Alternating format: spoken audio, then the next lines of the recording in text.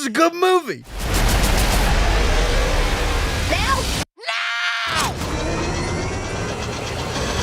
Well, somebody needs to fire the person who makes trailers for movies, because I was so not excited for this. Shame on me for not expecting too much. I went in with maybe sub-average expectations for this movie.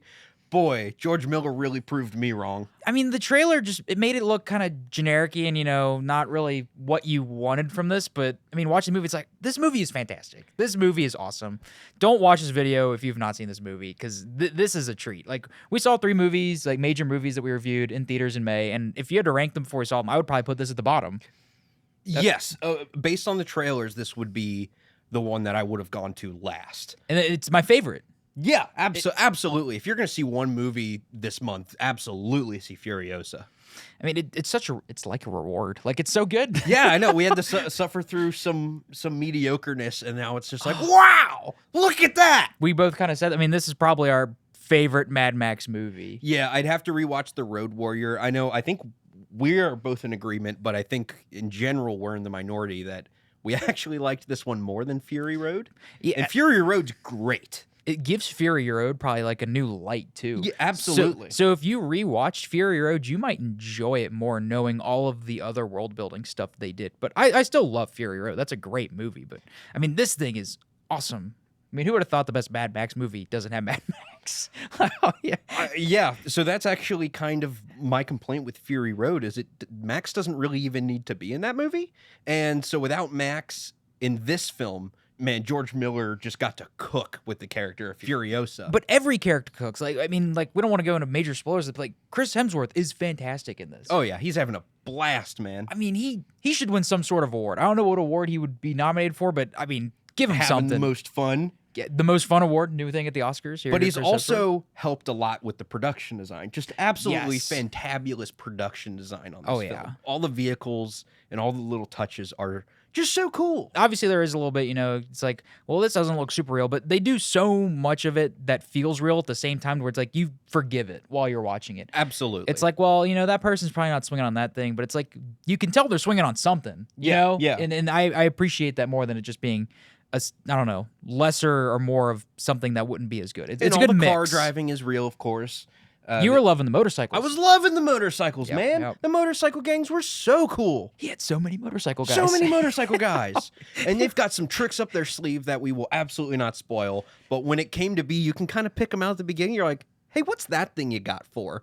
And then, 2 hours later, you're like, oh, that's awesome. Well, in a lot of the character designs, it's like, somebody's wearing a thing or somebody's got this type of a weapon or something, and it all is used to some degree. Like, I mean, like, people's outfits, it's like, that guy's got, like, a weird outfit, but then, like, you see it just get, like, deteriorated throughout the movie. Yeah. Or, like, somebody's got, like, a weird sort of car or other contraption. It's like, what would you even do with that? It's, you would do that with that. That is what you would do with that. That'd be what you do with that. I really like how this movie doesn't like force feed you Easter eggs from Fury Road. It's not like, but they are there. Here, look at this thing. They're there if you're very astute, but it's not like, here's a thing, clap for it. Yeah, I mean, it's like if you know what you're looking for and you're the type of person who loves Fury Road, it's like, well, I want to know all the other Fury Road things. This is the prequel, so it's like they got to have certain characters in here that are in the other movie.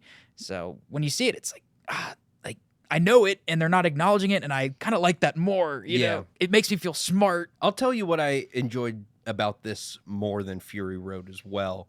Is Fury Road is, of course, one long chase, but I really liked how this one isn't that. It's just, this is about revenge, baby. And you go to all these cool different locations, and I really liked the different locations. The different locations are fantastic. The next movie is going to be called, I think it's actually called Mad Max Wastelands or something. Yeah, something like that. And I can't wait. Yeah, I know. I can't wait, because the world building in this, I was like, it's nonstop. There's so much room for creativity in this world, and I mean, the people working on this are just having an absolute blast with, no pun intended, a giant sandbox. Well, I think this franchise, especially after this movie, depending on the third movies in these trilogies, I think this is giving Dune a run for its money as like the big like sci-fi franchise of this like generation kind of thing. I mean, it's good. This is a good movie. Yeah, I personally think Dune is maybe just a smidgen above Furiosa, but man, if you flip-flop them, I'm not gonna argue with you. I mean, there's a big action set piece in the middle, and like every like 30 seconds when something would like enhance the action sequence, and it's like it's not boring because it keeps building, and it's crazy. In all like the little bits of action, like you'll see something, I don't know, somebody coming up from the side, and I don't know how many times I went, oh boy, something's about to happen. It was like you're saying, every 30 seconds, it was just like somebody's coming up with a cool weapon or something. I'm like, oh boy, what's gonna happen here? Something really cool happens. And Oh my then gosh. and then 30 seconds later, a completely different person comes up with a completely different thing. And it's like, what's gonna happen now? Furiosa, I think, will stand the test of time now. Is just one of the best, like, just female action people, I I guess. don't think it even needs that connotation. It's just a great No, I fucking know, action I know, movie, but man. like when people like look at like Ripley and stuff from like Alien, yeah. I think people look back and be like,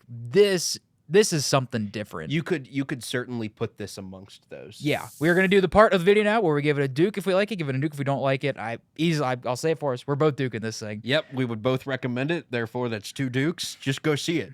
I mean, this is what going to the movies is, bad. Cinema, baby.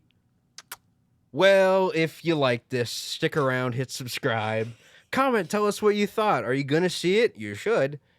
Yeah, and check out our other videos, which will be somewhere around here. All right, have you seen the new Mad Max Furiosa movie? This is my really crappy Australian accent. Shrimp on the bobby.